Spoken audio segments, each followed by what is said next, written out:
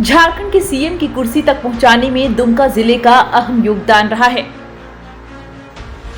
2019 में जिले की सभी 4 सीटों पर इंडिया गठबंधन को जीत मिली थी।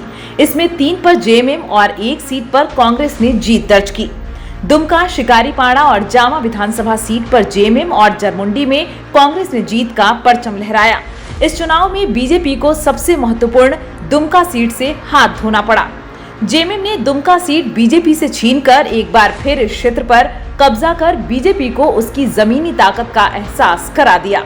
जरमुंडी सामान्य सीट पर कांग्रेस के बादल ने दूसरी बार जीत दर्ज की। दुमका सीट पर पिछले कई चुनावों से झामुमो और भाजपा के बीच मुख्य मुकाबला होता रहा है।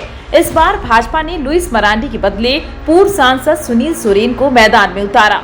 वहीं झामुमो ने बसंत सोरेन को ही अपना योद्धा बनाया है, जबकि टिकट नहीं मिलने से नाराज लुइस मरांडी भाजपा छोड़ झामुमो का दामन थाम चुकी हैं।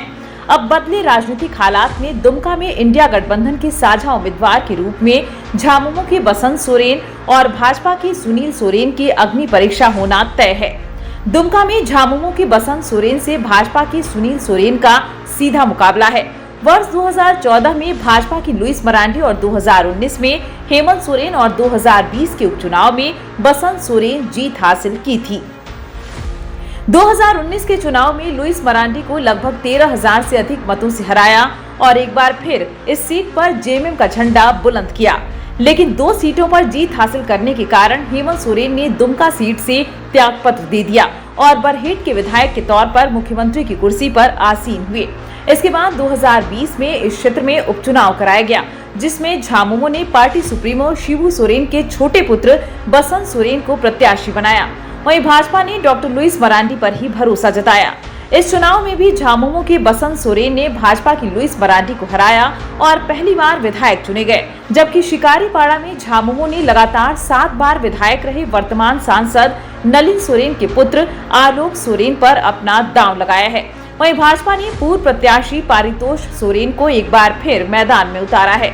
इस बार भी इस क्षेत्र में पहली बार मैदान में उतरे झामुमो के आलोक सोरेन और भाजपा की पारितोष सोरेन के बीच टक्कर होने के आसार हैं।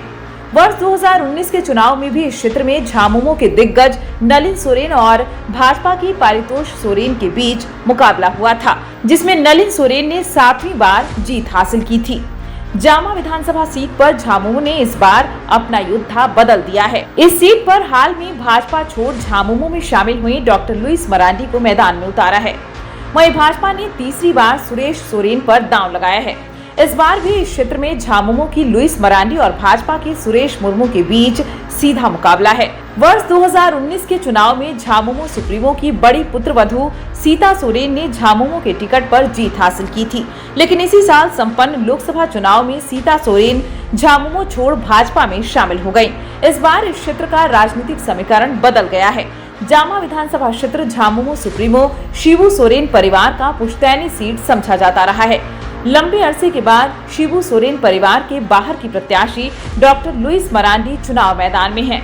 इस सीट से झामुमो सुप्रीमो शिबू सोरेन, उनके बड़े पुत्र दुर्गा सोरेन और उनकी पुत्रवधू सीता सोरेन इस क्षेत्र का प्रतिनिधित्व करती रही हैं।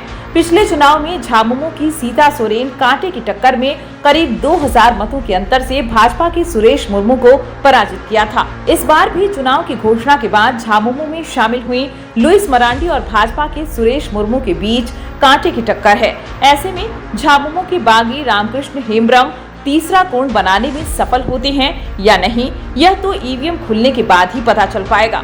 जरमुंडी में कांग्रेस और भाजपा के बीच सीधा मुकाबला है।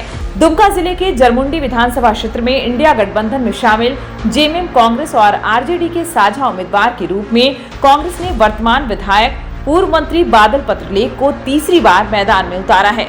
वर्ष 2014 और 2019 में कांग्रेस के बाद भाजपा के देवेंद्र कुंवर को लगभग 3000 मतों के मामूली अंतर से पराजित किया था।